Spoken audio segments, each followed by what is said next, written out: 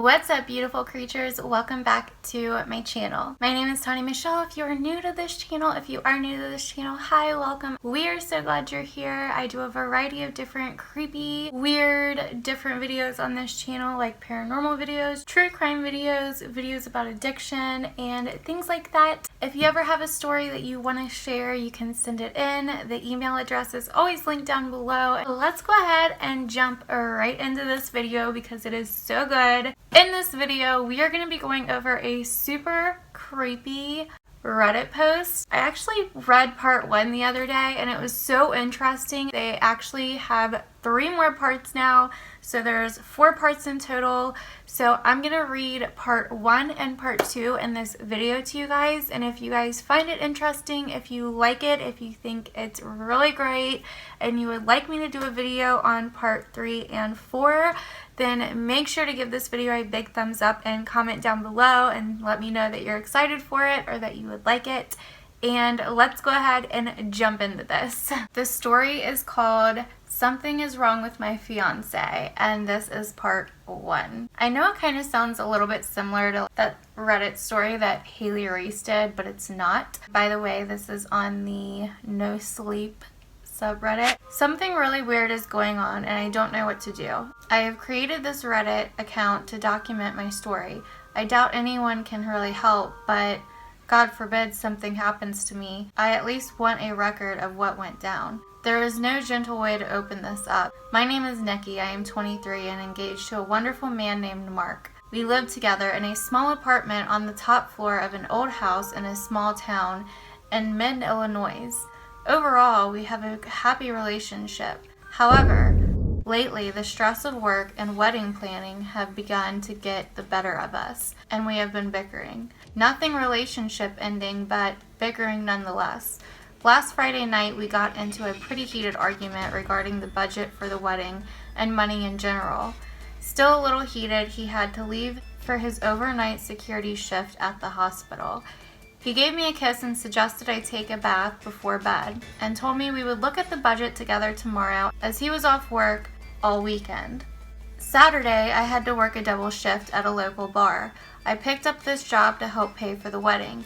It's just a few nights a week, but every penny helps. Mark had not yet returned home when I left for work at 11 a.m., which was unlike him, but I figured he was just taking some time to cool down and would be back shortly. I left him a note on the counter saying I loved him and that I would be back later tonight. Work was fairly uneventful until I went out for a smoke break around 5 p.m. I had several missed calls from Mark, and one of the voicemails was just a bunch of garbled noises. I tried calling him back, but it went straight to voicemail. A moment later, I received a text from him. It read, "Something has come up. I will explain later. I love you."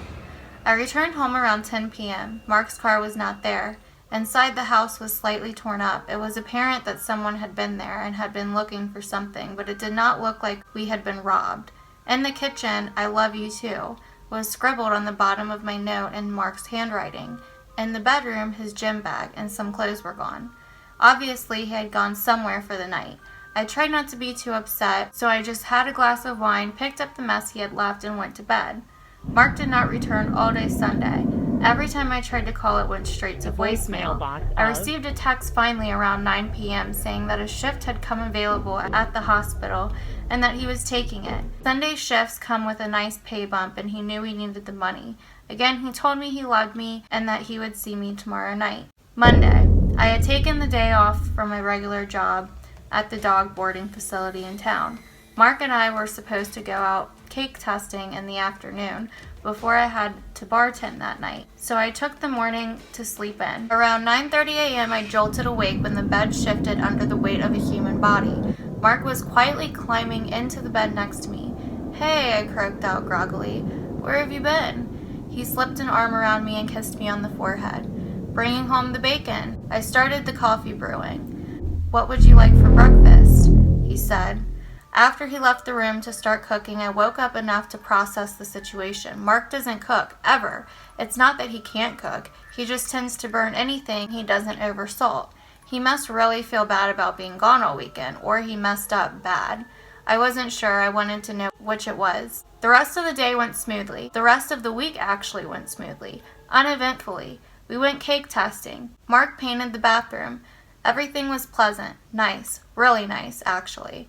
Until yesterday, Thursday afternoon.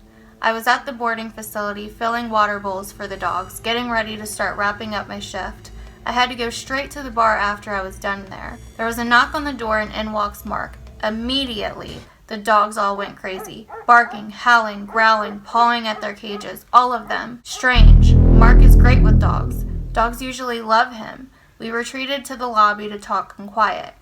Okay, so first off, I just want to say that is like, I can understand like one dog growling, you know. Dogs are just dogs. All dogs are different. But all of the dogs growling and barking, like, that's creepy. And like, I think that's the part when I was kind of like, what? Like, where are they getting at with this story? But you'll see. I just wanted to bring you a snack since you weren't going to make it home for dinner tonight, he said with a grin. His sleeve rolled up and he handed me the bag he had brought, and I noticed a pretty nasty spot on his arm. It looked like a burn or a scab or something. Hey, what did you do to your arm? I asked, concerned. He jerked his arm back and quickly pulled down his sleeve, muttering some half-assed excuse about burning it on the stove before excusing himself and heading back out the front door. He didn't kiss me goodbye.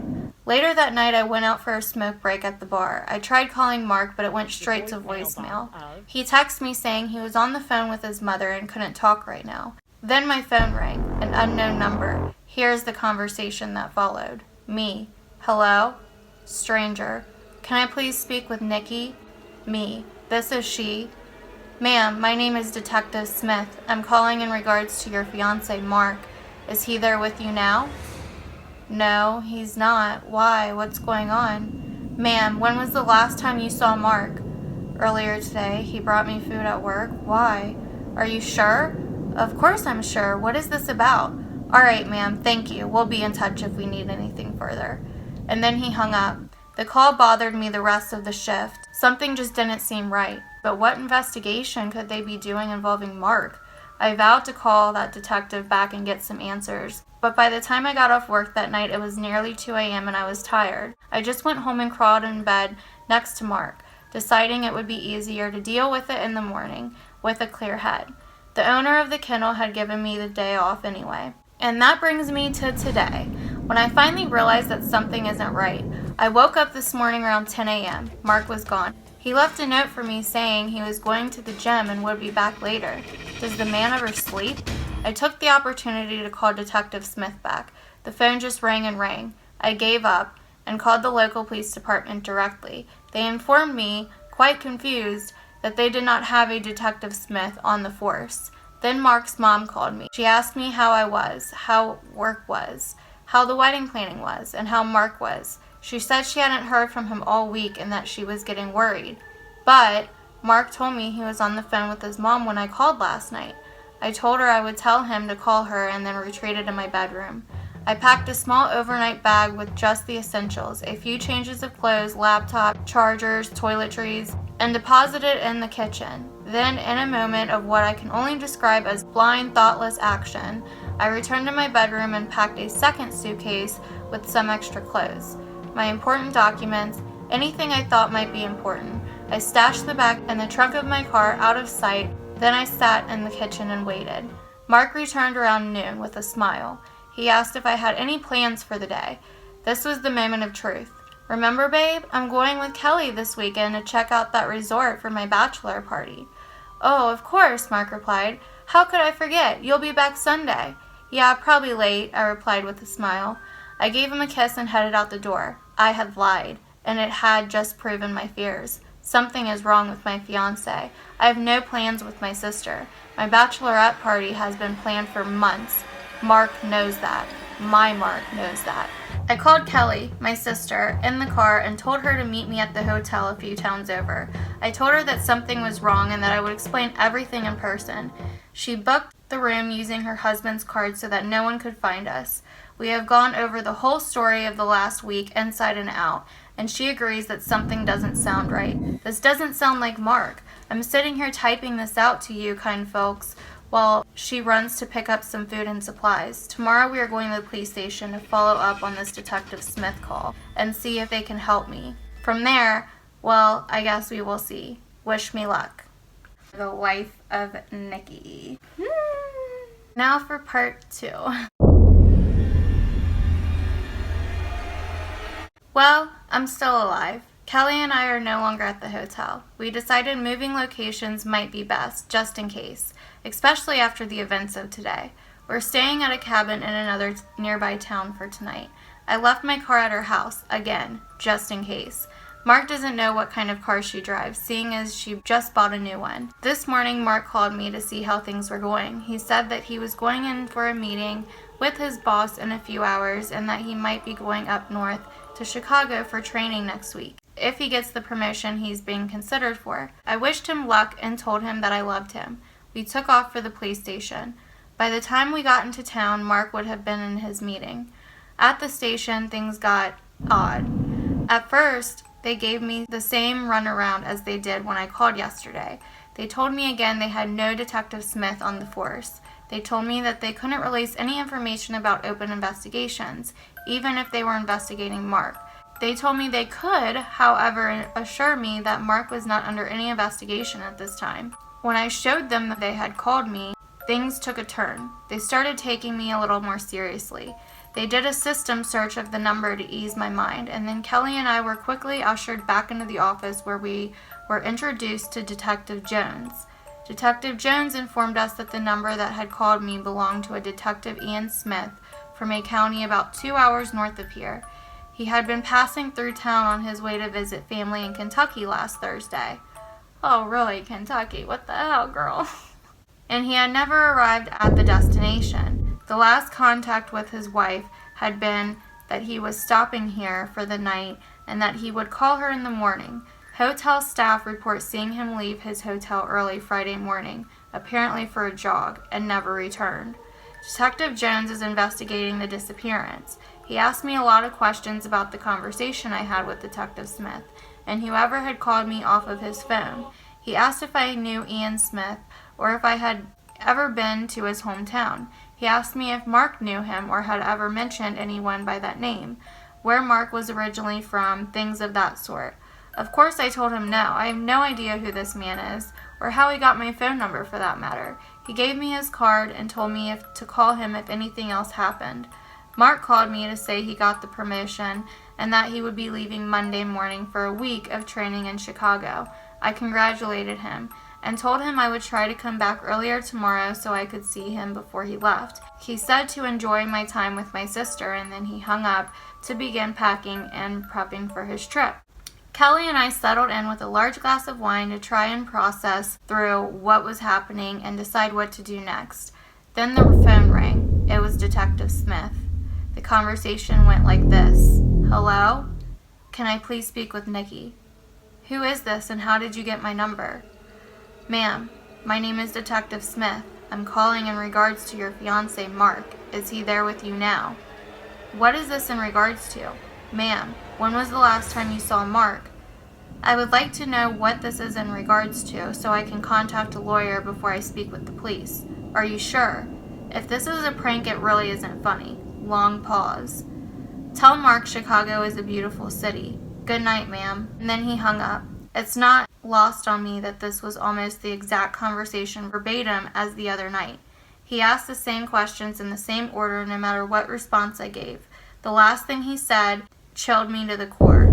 He knew about Mark's trip to Chicago. Does that mean he's watching him? Watching me? Stalking us? Does he have our phones tapped? And how in the hell is he using Detective Smith's phone number? My fear must have been written all over my face because Kelly was already dialing Detective Jones by the time Smith hung up on me. He said that he would be here soon to discuss the situation in detail with us. I voiced my fear of phone tapping and he said just to sit tight and that he would call a buddy over at the department to send an officer over in the meantime. It was a small comfort, but not much. Detective Jones left shortly before I sat down to type this. We will have an undercover officer stationed nearby all night just in case this asshole really is stalking me. Detective Jones said to keep in contact with him. No detail is too small. We'll get to the bottom of this together. The usual cop search you always see in the movies and on TV. Apparently, I am now involved in a missing persons case, and I dragged my sister into it all as well. As afraid as I am right now, I know this probably means I am a suspect. I have no idea where to go from here. My investigation options are running out. Provided nothing else happens tonight, I will be going home tomorrow afternoon. I hope Detective Jones gets to the bottom of this soon. At least Mark will be out of town for the week. I love my fiancé, but I don't trust him right now. Something just isn't right.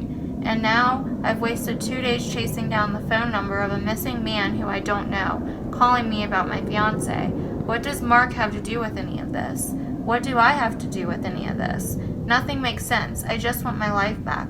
Also, I want to apologize for the lack of detail regarding town names and exact locations. While I am posting this to make sure everything is documented, I don't want anyone being able to track Mark or me down. And after everything that has come to light so far, I feel it is best to keep it that way. I don't want to interfere with the Detective Jones investigation either. Please just bear with me here. My life has very quickly become far more complicated and frightening than I ever dreamed it could be. I just hope tomorrow brings answers. Nikki. Girl, what? I don't even know, you guys. This is like so weird. Like, I want to read the next 2 parts. I don't know. I don't want to keep doing it if you guys like aren't interested in this story and finding out what's going on with Mark. I'm super interested. I think it's like a really interesting story because it's like you don't know what's going on. Like, it's so weird. Like, what could be happening? Like, what options are there? Why is Mark acting weird? Why is there a scar on his arm or a burn on his arm? Why were the dogs barking at him? Why did he not remember his fiance's, bachelorette planning getaway thing? Like, I don't know. It's just like, is it like a doppelganger situation? Like, which, a few of you have suggested I do videos on doppelgangers, and I really want to do that, so let me know if you're interested in that. But yeah, like, what the hell is this? Let me know what you guys think down below. Let me know if you guys want to see a part 2 video, and thank you guys so much for watching this video, and I will see you guys in my next video.